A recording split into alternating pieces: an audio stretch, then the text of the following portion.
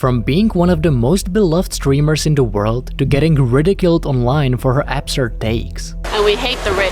Pokimane's arrogant downfall didn't happen overnight. Rather, it took years for fans to finally lose their faith in the biggest female streamer of all time. The first crack in Pokimane's wholesome personality showed up in 2019, when she began filing copyright claims on videos that featured her, even when it was just screenshots or short clips. Pokimane's own streams mostly involved her reacting to other people's content while chatting with her viewers. So when she copy-striked YouTuber Boblax's video, which was a simple recap of her feud with Keemstar, the internet wasn't just surprised, it was pissed. And that's when PewDiePie stepped in. In his video titled "Stop Doing This," PewDiePie mentioned Pokimane by name, and while he said he understood her reasons, he wasn't about to give her a free pass. So basically this Twitter drama became an even bigger drama thanks to the YouTube algorithm. So in a way, I can understand why you want to take down this video, because this selected thing blows up and becomes even bigger. Without any yelling or insults, PewDiePie explained why abusing copyright tools was a dangerous precedent.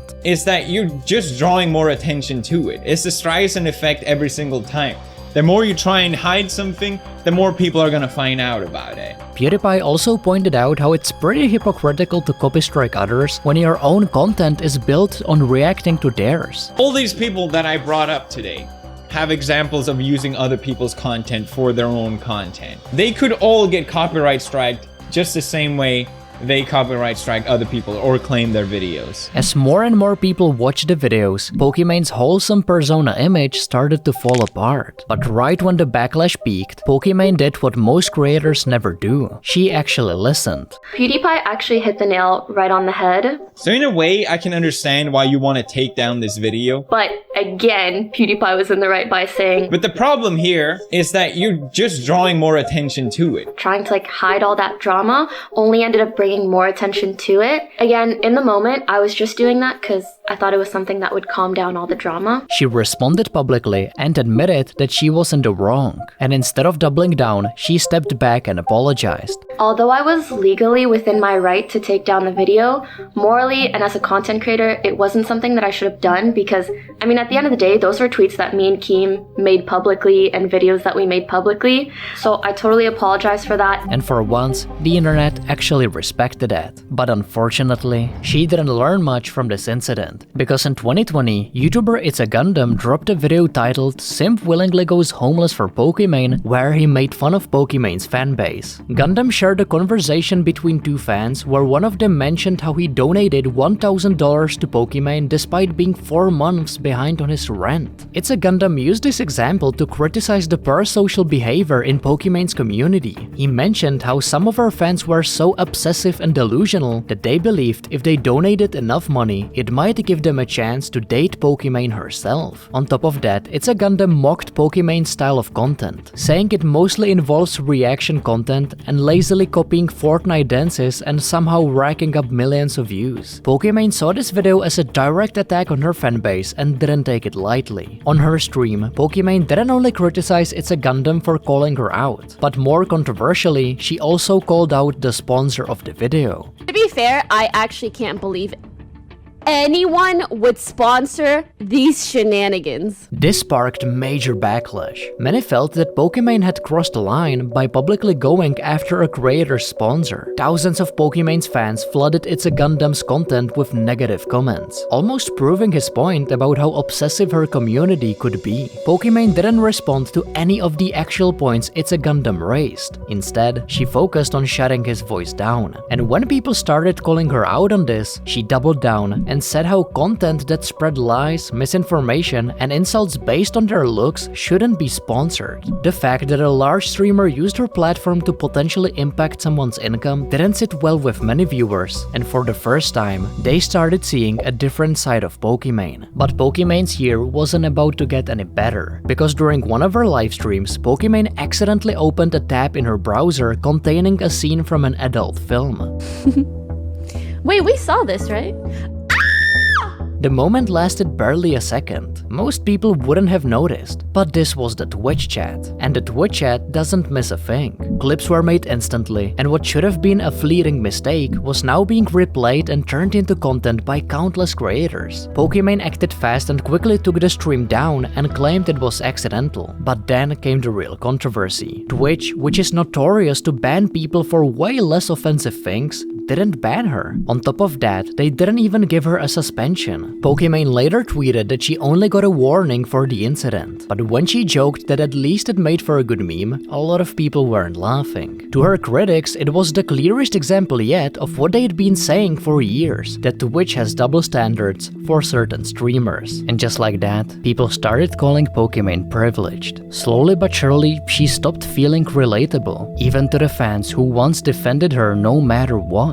They weren't upset about what Pokimane did, they were upset about her response and how Twitch handled it. But that wasn't the last issue in 2020, because Pokimane was about to face one of the most infamous internet feuds. This time with ex-YouTuber Leafy is here. Leafy was quietly watching Pokimane's behavior over the years, and after the latest It's a Gundam drama, he finally had enough. Leafy uploaded a series of videos targeting Pokimane, criticizing everything. He also claimed Pokimane added nothing original to the content world and that most of her streams were just low-effort reaction videos. Then came the claim that changed everything, when Leafy accused Pokimane of hiding a boyfriend from her audience. While Leafy provided zero evidence for his claims, that didn't stop the internet from treating it like a fact. The hashtag Pokimane boyfriend spread rapidly across social media, and surprisingly, it wasn't just haters who joined in. The loudest reactions came from some of her own fans. Many of them felt betrayed that Pokimane would hide such info. Even though Pokimane had never promised she was single, the idea that she might be in a relationship shattered the parasocial image some fans had built up over the years. While Leafy got banned from YouTube for breaking their harassment policies, the controversy around Pokimane didn't disappear with him. She tried to joke it off and posted a photo of herself standing next to a cardboard cutout of Barack Obama, labeling him as her boyfriend. With everything spiraling at once, Pokimane announced she'd be stepping away from streaming for a month to focus on her mental health. But instead of calming things down, the timing only made it worse. To fans, it felt like she was walking away right when they wanted answers. Fans kept asking for an explanation, and things got so loud that Pokimane's vacation turned into a nightmare. She ended up cutting her vacation short, posting an apology just 2 weeks into her 4-week break.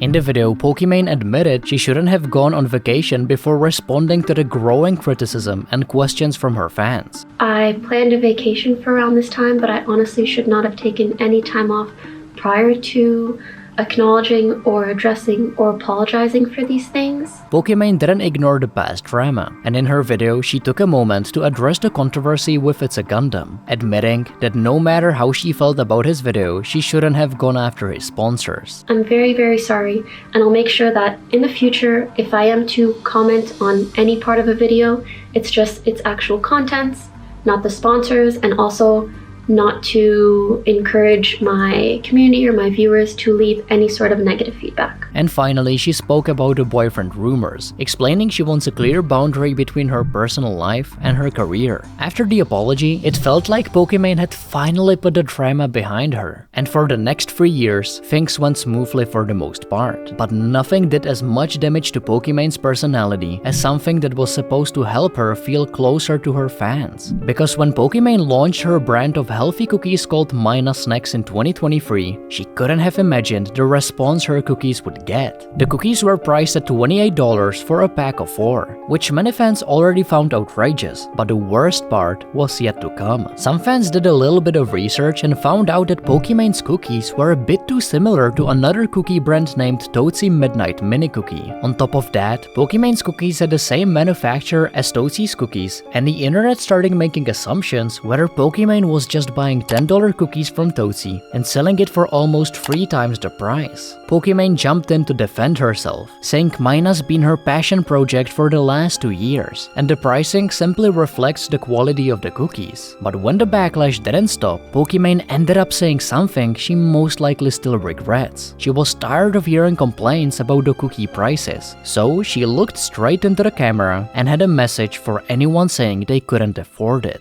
When people are like, oh my god, $28 for cookies? It's 4 bags. That's $7 a bag. I know math is hard when you're an idiot, but look, if you're a broke boy, just say so. For a lot of fans, this was the last straw. They watched a streamer go from nothing to millionaire status, and now she was talking down to the very people who helped her get there. Even Moist Critical jumped in and called Pokimane out of touch for bullying her own fans. I don't know what would possess her to say something so rude and nasty to the audience she is trying to sell this product to. To directly shame the consumer that you want to buy into your product is a galaxy brain tactic. A strategy that I'm not sure the success rate of. And when the public opinion quickly turned against her, Pokimane gave a half-hearted apology about how she was just joking. But fans have seen this before. Every time she messed up, it was never her fault. It was always a joke or she wasn't being serious. However, that unfortunately wasn't the end of controversies for her. One of the streamers Pokimane used to be friends with was XQC. They weren't best friends, but they played games together and had some disagreements here and there. It felt like a normal, respectful friendship between two of the biggest names in streaming. Which is why what happened next caught a lot of people off guard. Because in 2023, when XQC announced his $100 million deal with Kick, it became the biggest headline in the streaming world that year. It was a generational moment, but instead of celebrating with him, Pokimane responded in a way that surprised everyone. While reading a message from chat about Kick being the next big thing, she casually claimed that Kick was just making Twitch money and Twitch can stop Kick whenever they wanted to. Keep doubting Kick, it's already taken over. Fire emoji. Respectfully, people that say stuff like this, you don't understand that Kick makes Twitch money. Like, Kick is using Twitch's services.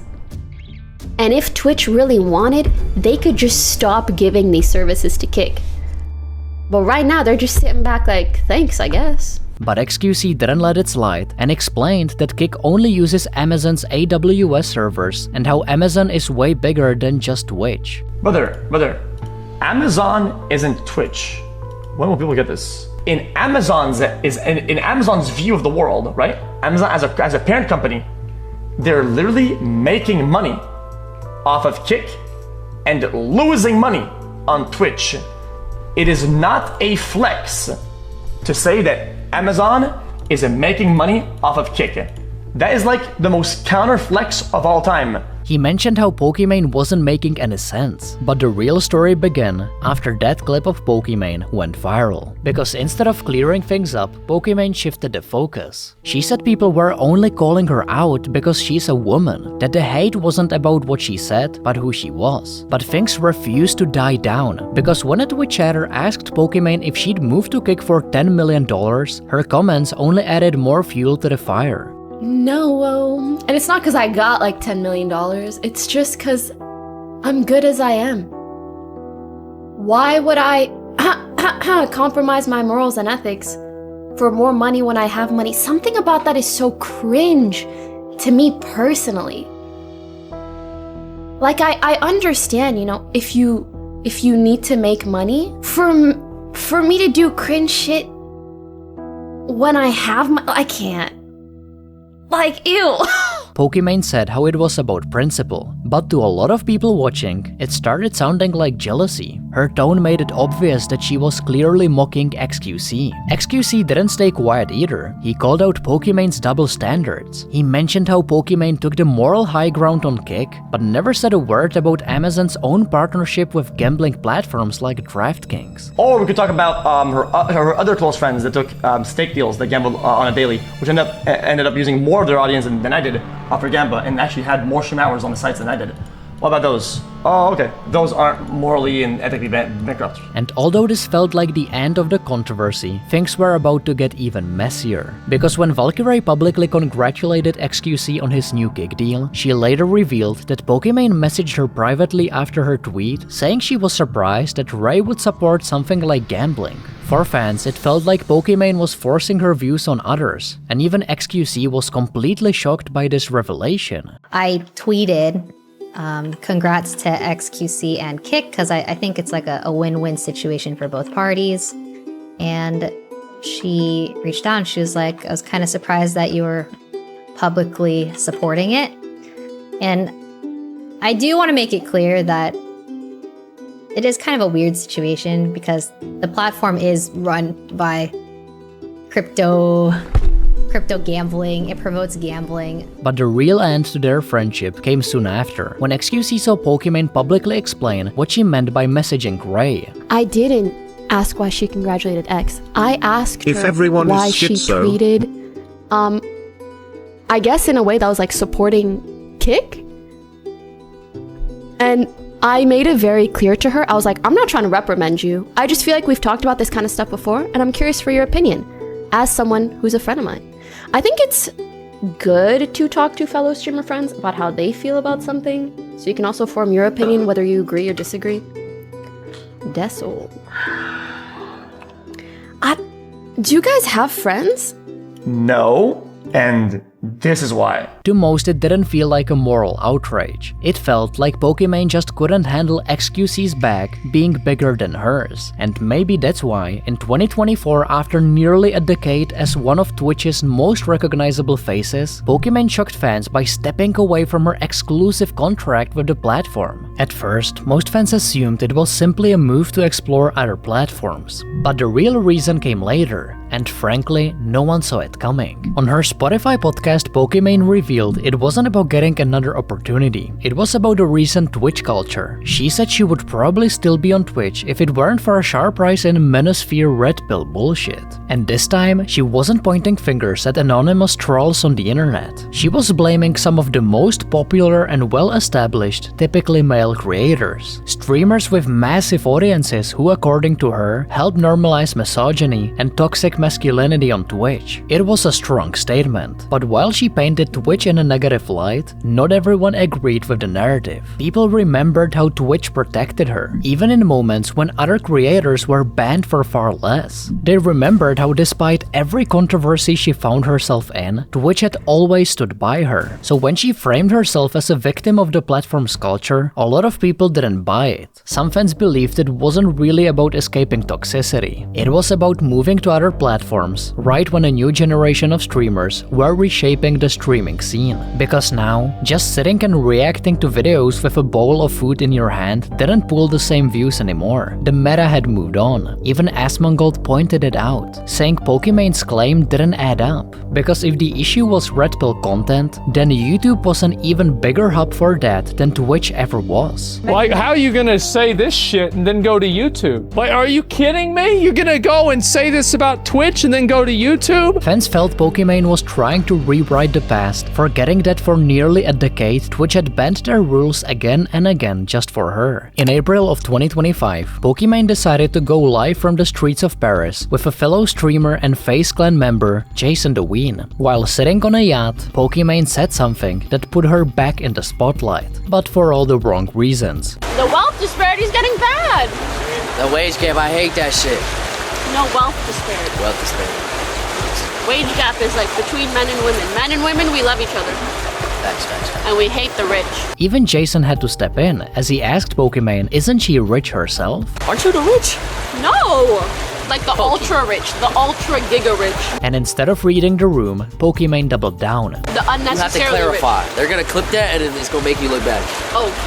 You The gotta ultra say giga the billionaires. The billionaires. 'Cause you are rich. The Bezos. As soon as the internet saw that clip, things got messy. People started calling her tone deaf, because when a millionaire streaming from Paris in designer clothes starts talking about hating the rich, the irony pretty much writes itself. Around the same time, another clip began circulating online. This one showed Pokimane casually spending hundreds of dollars on designer mugs. Don't look at the price! Don't look at the price!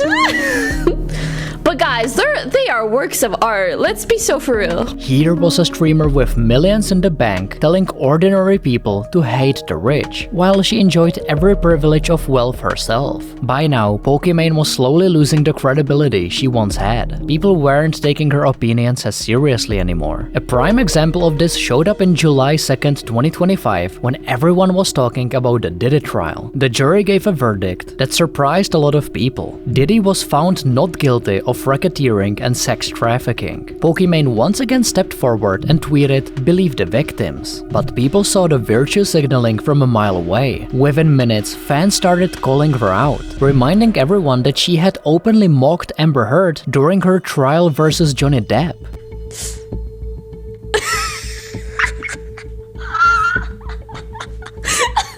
So once again, her message felt very hypocritical, like Pokimane only believed victims when it fit her narrative or matched the public mood. She ended up apologizing again, saying she had already deleted those videos a long time ago. But even that apology felt hollow. As fans demanded, she apologized to Amber Heard directly for the damage she'd done to her reputation. And if that wasn't embarrassing enough, some fans took things to the next level. They flooded Pokimane's replies with sarcastic, made-up claims like Pokimane kicked my dog, pretending to be victims of Pokimane herself. The fans were trying to make a point that anyone on the internet can claim to be a victim. So when Pokimane makes a blanket statement about believing victims, it feels less like a real support and more like a quick shortcut to the moral high ground without accountability. No matter how much Pokimane tries to move forward, the past always catches up. Because every time Pokimane tries to be relatable, she can't hide her true personality.